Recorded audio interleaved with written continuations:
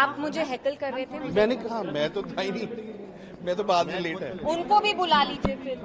वो जो मैम, जिस तरह आपने जो ट्वीट किया है हिंदुत्व के बारे में, क्या कहेंगे, क्योंकि काफी इस पे रिएक्शन हो रहा है। देखिए, हिंदुत्व और हिंदुइज्म में बहुत फर्क है।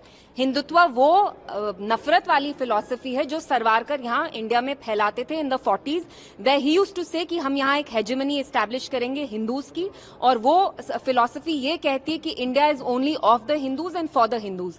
तो हिंदुत्व और हिंदुइज्म में बहुत अंतर है।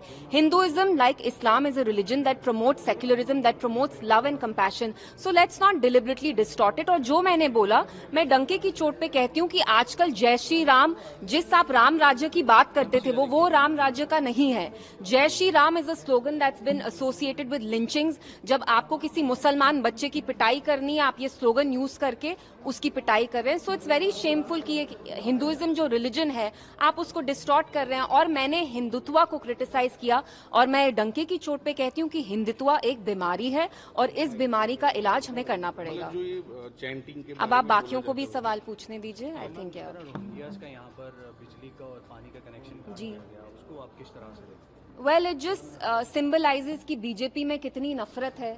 वो जहाँ के भी मुस्लिम्स हो, इंडियन मुस्लिम्स हो, रोहिंग्याज हो, उनको पनिश करना चाहते हैं, उनको परसिक्यूट करना चाहते हैं।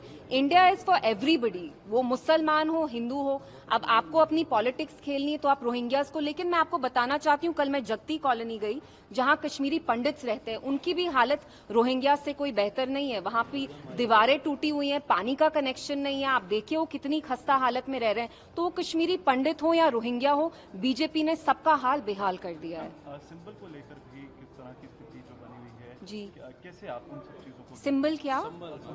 संबल में जो हुआ, जी, जो वायलेंस हुआ, वायलेंस हो, जो संबल में जिसमें कुछ मारे भी गए लोग। जी जी, आप खुद देख रहे हैं कि हमारे कंट्री में कैसे law is being hijack by hooligans. यहाँ कैसे लिंचिंग हो रही है, मुसलमान के अगेंस्ट कैसे क्राइम्स किए जा रहे हैं, and these hooligans enjoy the impunity, क्योंकि सरकार को लगता है कि कहीं ना कहीं जो उनका वोट बैंक है उससे इनको फायदा होगा। तो आप खुद देखिए यहाँ कैसे कैसे चीजें हो रही हैं, and of course we condemn whatever happened there. Thank you. Done. See I